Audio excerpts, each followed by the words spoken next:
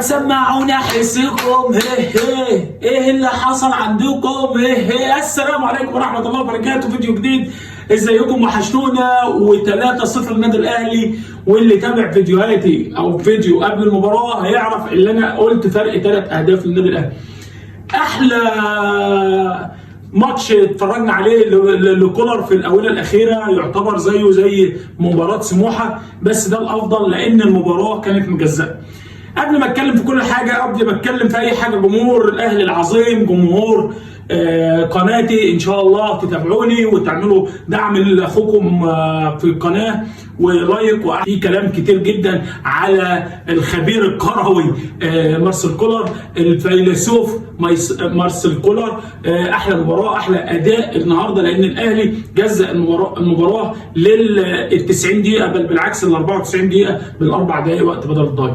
تعالوا نشوف الشوط الاول. الاهلي لعب محمد الشناوي زي ما توقعنا كلنا، محمد الشناوي، بس التغيير اللي كان مفاجئ جدا ان رامي ربيعه وخالد عطيه هو قلب دفاع، وما شاء الله ما شاء الله الصفقات كلها اللي الاهلي جابها ما شاء الله، حتى خالد عبد الفتاح، مروان عطيه، كل لعيبه الاهلي النهارده مركزين. النهارده كان في قتال في نص الملعب، النهارده كان في تركيز لعيبه الاهلي. ومحمد هاني اللي كان النهارده يعني لحد ما كان مرتبك، بس لحق نفسه لعب في الشوط الثاني، حاجه جميله جدا. وباك الشمال علي معلول، نص الملعب اليو ديانج. والمفاجاه ان حمدي فتحي هو اللي لعب ورجع للمباراه النهارده ان شاء الله. وقلنا حمدي فتحي في نص الملعب، حمدي فتحي الرائع، حمدي فتحي هو قلب الاسد، حمدي فتحي الراجل، حمدي فتحي المايسترو، حمدي فتحي. هقول حاجات كتير على حمدي فتحي. انا خايف بس من الاصابات ومن عنا،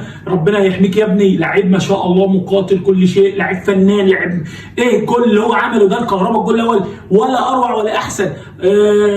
نرجع لتشكيله المباراه. قفشه قدام حمدي فتحي وديان، واليمين حسين الشحات، وفي اليسار احمد عبد القادر اللي عليه لغط كتير، احمد عبد القادر اللي عاوز يتحمس شويه، احمد عبد القادر اللي عاوز يبقى زي اللعيبه كده برجوله. انت مهاري، انت كل حاجه، بس عاوزينك تخش في المباراه. نرجع للنهارده، لعيب اللي حل لنا مشاكل كتير، خلى المهاجمين كلهم يغيروا، كهربا اللي كهرب الدنيا. طبعا اللي في اول 20 دقيقه الماتش كان متجزأ، ان الاهلي ضغط وانفراد لقفشه لعبها بره في قلب من قلب ال 18، وبعد كده رجع الزمالك يضغط تاني ويستحوذ على نص الملعب، او معنى اصح كرات ما بيننا وما بين نادي الزمالك. الماتش خد وهات.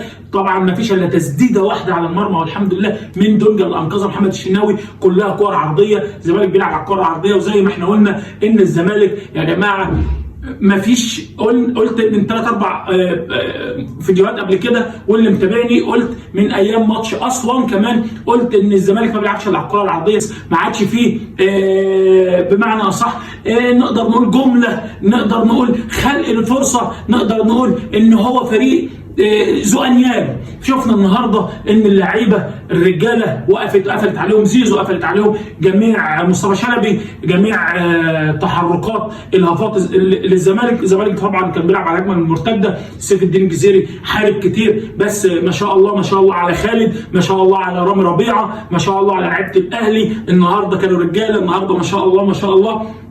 نيجي للبتاع مارسيل كولر عمل ايه يا جماعه؟ عمل اللي هو هبط لعيبه الزمالك، يدي لهم كل 20 دقيقه، يدي لهم مساحه من الوقت. طبعا كان الاهلي في ماتش سموحه او ماتشات كتيره كان بيأدي في الشوط الاول كويس جدا، وساعات يتراجع في الشوط الثاني. لا، النهارده ادالهم الكوره، وزي ما احنا قلنا هو مفتاح اللعب وذكاء كولر، وبمعنى الاصح بالمعنى الدارج عندنا صايع في الكوره، صايع النهارده هو حمدي فتحي. ان قفشه ساعات بيدخل ويرجع يتكهكر للخلف ويخش حمدي فتحي في ال 18، وزي ما احنا شفنا الجول النهارده حسين الشحات ولا اروع بحمدي فتحي. نشوفه النهارده مهاجم تاني، راجل ديفندر، راجل بيلعب رقم 6 النهارده، ما عادش 6 ولا 8، ده دخل انه مهاجم تاني ويستلم بصدره الكوره ولا اروع، وعملها اكتر من مره. حتى الجول الثاني لمحمد شريف نفس النظام، حتى الجول الثالث نفس النظام، الجول الاروع، الجول الجميل، الجول من لمسه واحده، 3 لمسات حمدي فتحي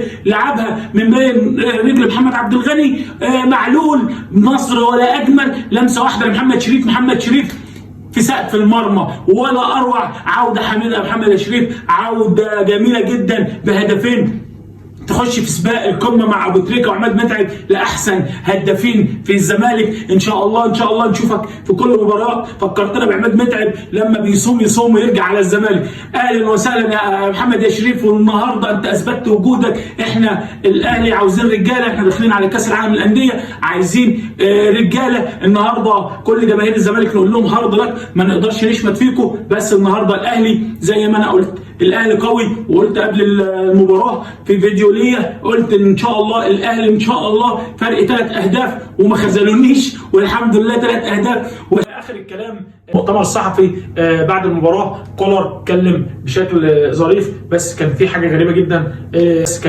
غريبه جدا.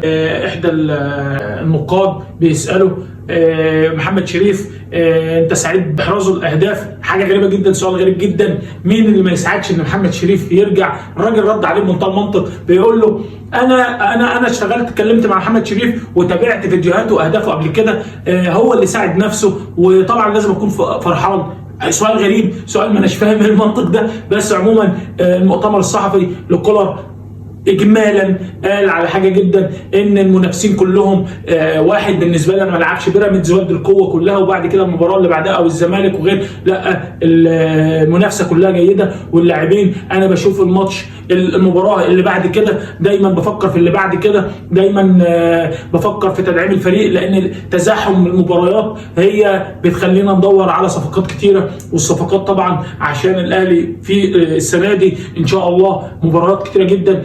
الاهلي في خلال 6 شهور بالكتير هيلعبوا 60 مباراه، ده حاجه انجاز، اغلبهم افريقيه ما شاء الله ما شاء الله. يعني ان شاء الله الاهلي هيكون في الصداره باذن الله، دعواتكم معانا. والنهارده فيريرا اهدى للاهلي، مش عاوز اقول الهديه الاكبر، العامل اللي خلى الاهلي يجيب ال3 اهداف، اللي عمل مساحه في دفاعات النادي الزمالك.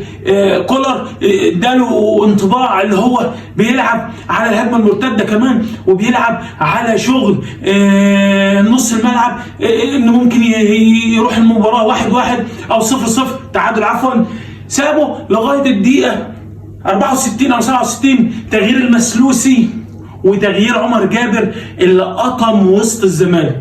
بدأ فيه مساحات في الخط الخلفي، لعب 3-4-3، حاول اللي هو يطمع في المباراه، واول ما طمع في المباراه كان رد الاهلي قوي عليه، وهي دي القشه التي قسمت ظهر البعيد. ونشوف فيريرا تاني هل هيمشي النهارده ولا لا، ونسيبكم لمرتضى النهارده ونتكلم اللي هيحصل وبعد المباراه ان شاء الله. نشوف الردود افعال النهارده الجهابزه في اعلام الزمالك، وهنشوف النهارده في فرحه عارمه عند النادي الاهلي، وهنشوف ايه اللي هيحصل بقرارات مرتضى. هيمشي النهارده لان نص اللعيبه في مشاكل كبيره بين ابن الكابتن اسامه نبيه، وفي مشاكل كبيره مع فيريرا ومرتضى، وانا كنت متاكد ان هو سايبه بس عشان المباراه النهارده. ونشوف النهارده ردود الافعال. السلام عليكم ورحمه الله.